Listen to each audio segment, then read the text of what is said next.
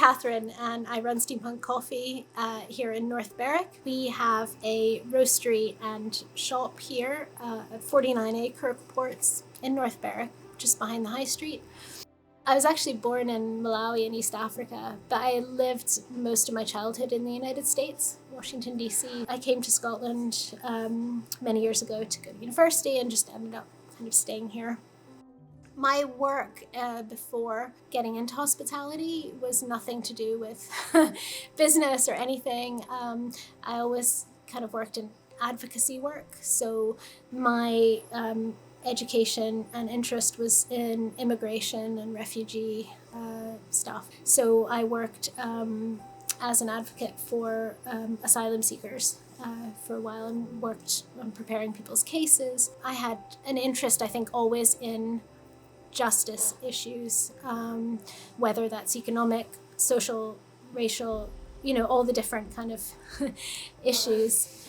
I guess I brought that to this business, so a food hospitality kind of business. The Steampunk started in 2012. I have this old camper van, which is a 1976 Volkswagen Westfalia that I was using just like family holidays. And it was in fact my only vehicle for a while when I lived in town in Edinburgh. I started going around markets, festivals, and so on, and selling cakes and making espresso out of the van. In 2014, we moved into this building. I'd run businesses in this town for a while. Like I'd started a baking business from home many years previously. And so I knew a lot of people and we had a lot of local support.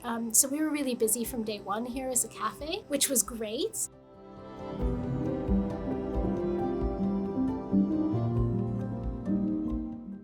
My name is Michael Lewis, and I'm an educator and a maker.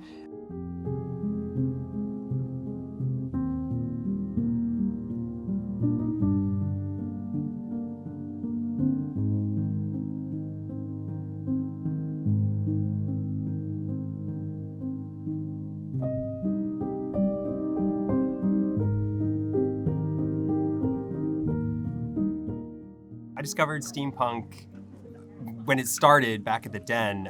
So I was walking around with my wife one day and we kind of peeked our heads through the window of this place. We're like, something cool is happening in here. And we've been around North Berwick for a while and it was by far the most interesting thing that we'd kind of seen happening.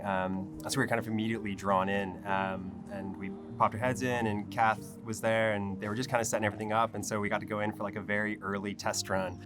Early on in the kind of COVID period, Kath and I were having a conversation around how you kind of think about reintroducing people into an environment and how you might provide some kind of physical signs around how people should use space, something which is kind of gentle but a little bit celebratory just because the time was all a bit gnarly. And so I made this wall which would operate on the terrace space as a way to kind of separate between ingoing and outgoing traffic and also ways to kind of demarcate space so that we kind of reinforce this idea of social distancing. So the map on the front is a kind of geologic mapping of the rock of the North Berwick coastline. So it's sort of this reflection upon kind of time. We were all kind of being asked to really slow down in a lot of ways. And so it became an opportunity to add a little bit of pop of color into the space. So a little bit celebratory, and also a way just to kind of reflect on how it is that we need to act responsibly in civic space.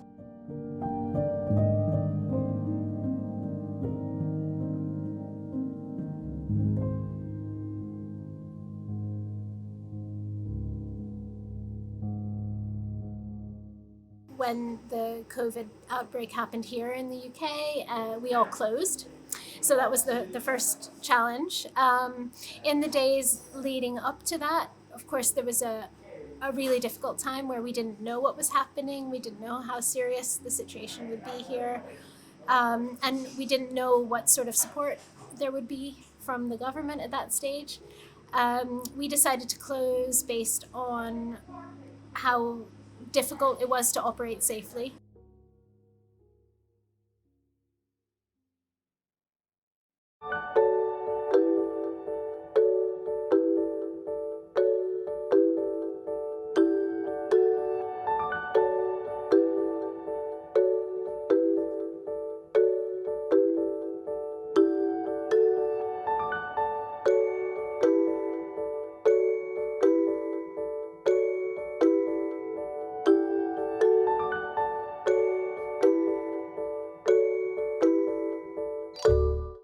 I'm Jen. I run the kitchen at Steampunk, and I've been here about a year and a half.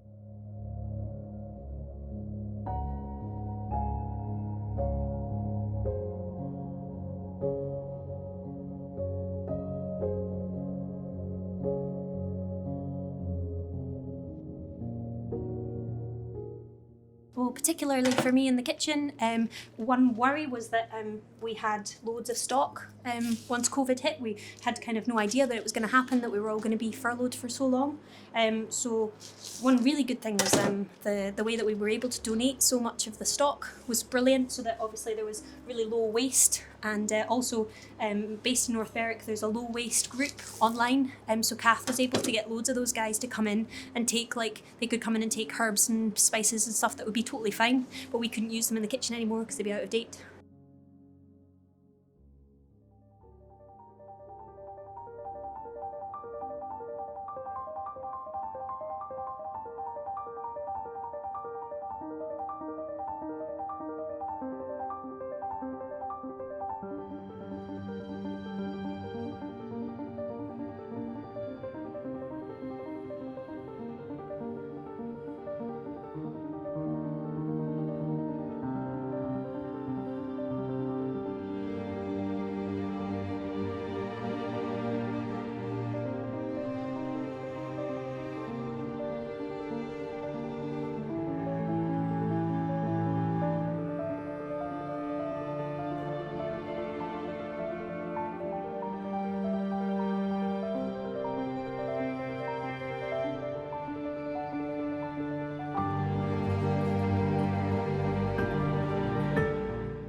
So we as a tiny business, we spend more on our packaging than if we didn't care and we just bought something cheap and plastic and whatever.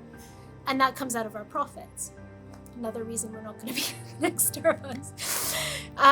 But that doesn't matter, because at the end of the day, we've got a great team, we're making a living, we're happy, we support each other.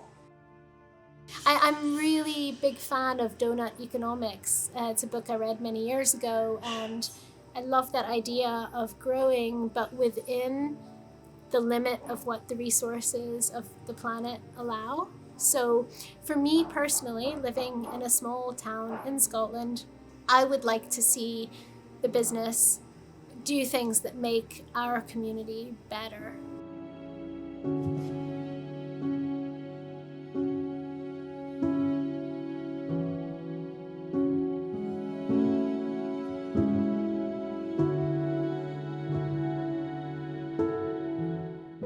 I think that sustainability is obviously an incredibly pertinent issue, and particularly in light of the recent pandemic, it's become something that's become probably more pertinent and more relevant in people's lives. It's made people address their consumption a lot more, think about purchasing things more locally, and look at their kind of global and carbon footprints.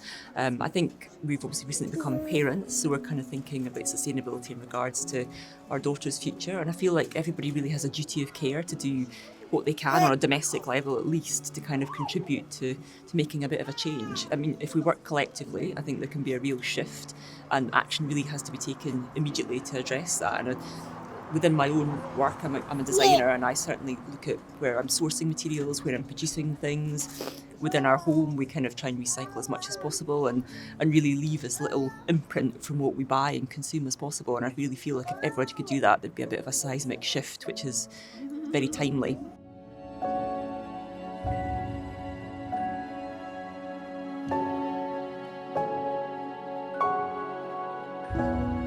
I think it's clear to everyone who's paying attention that we have some serious issues that we need to deal with in terms of environmental responsibility. And it's one of the areas where I feel like Steampunk is such a business leader, and being a nimble, independent business, they're able to always stay kind of at the forefront of where ethically we need to be, I think. And so for me as an individual, it aligns so much with what my values are in terms of the shared responsibility that we have, and setting an example in terms of responsible usage of plastic, in terms of sourcing, in terms of treating staff with, respect, basic human respect. And so I think it's this partnership which just follows on from the community aspects of what Steampunk is, that the community is something which is local, and it's something that we're involved in as people, but it's also global, and it's something which we have a responsibility to treat this planet in a way so that it can sustain. So I feel like for me as a customer, this is why I love Steampunk so much, because it gets this balance right between what is social and what is kind of ecological, I suppose you could say.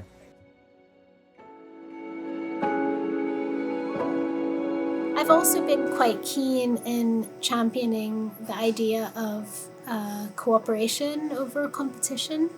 I really hate the idea that businesses need to be constantly seeking growth and be competitive with each other. And so I've worked together with some other businesses on some interesting different collaborations over the years.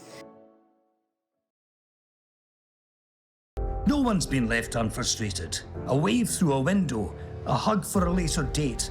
Our lives stuck in limbo, we patiently wait. But now there is time to strive for good cause, with a life no longer held on pause. Change.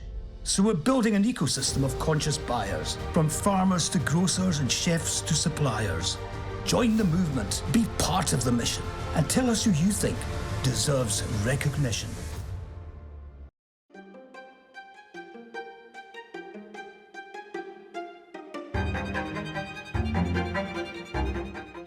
Sometimes, when I think about all the things that need to be fixed, a sense of paralysis sets in, and it's just really difficult to figure out how on earth we're going to fix these things. And I also get really angry sometimes about, oh, well, you know, what does it matter? Like, if I don't use a plastic bottle for this water, when this oil company is like setting the ocean literally on fire right now. You know, like what role do we have as individuals? I think change is not going to come about by big corporations deciding to do things that are economically disadvantageous to them. That's just not going to happen because they are led by the needs of shareholders. So they are not making ethical choices, and they can't make ethical choices because business isn't set up that way. So I think as a business, we can show that businesses don't have to be run that way and they can be sustainable. We are never going to be a multi-million pound business. We're never going to have a chain of shops. I think coffee shops have a proud history of like social change. They've been places where people meet and ideas can be discussed. And I think that it's important to realize that yes, our tiny little changes are not directly going to fix anything, but we as people need to come together and we need to force change, like at a national legislative level. I think until it becomes economically disadvantageous for companies to be polluting, to be using plastic, they're just going to continue to do that.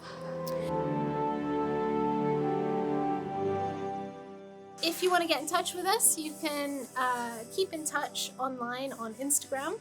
We are super active on that. We respond to DMs. You can follow us on our stories, and we also share posts about what we're doing. So you can reach us there on @Steampunk Coffee. And we are also online. Our website is www.steampunkcoffee.co.uk. And there on the website, you can find out what's happening here, but you can also order coffee and equipment online. You can find out about courses that we're offering. And we are open for takeaway at the moment in North Berwick at 49A Kirk Ports, which is the road behind the high street. And we have lovely seating on our terrace.